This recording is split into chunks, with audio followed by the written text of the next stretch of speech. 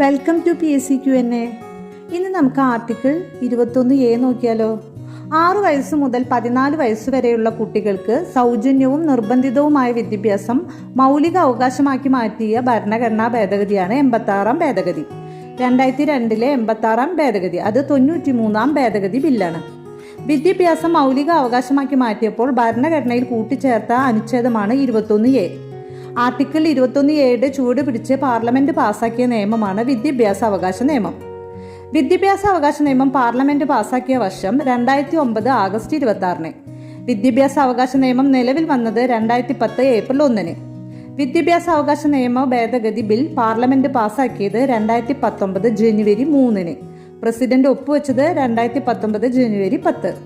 എല്ലാ കുട്ടികൾക്കും ഗുണമേന്മയുള്ള പ്രാഥമിക വിദ്യാഭ്യാസം ഉറപ്പുവരുത്തുക എന്നുള്ള രാഷ്ട്രത്തിന്റെ ഉത്തരവാദിത്തം നിറവേറ്റുന്നതിനുള്ള സർക്കാർ പദ്ധതികളിൽ പ്രധാനപ്പെട്ടതാണ് സർവശിക്ഷാ അഭിയാൻ.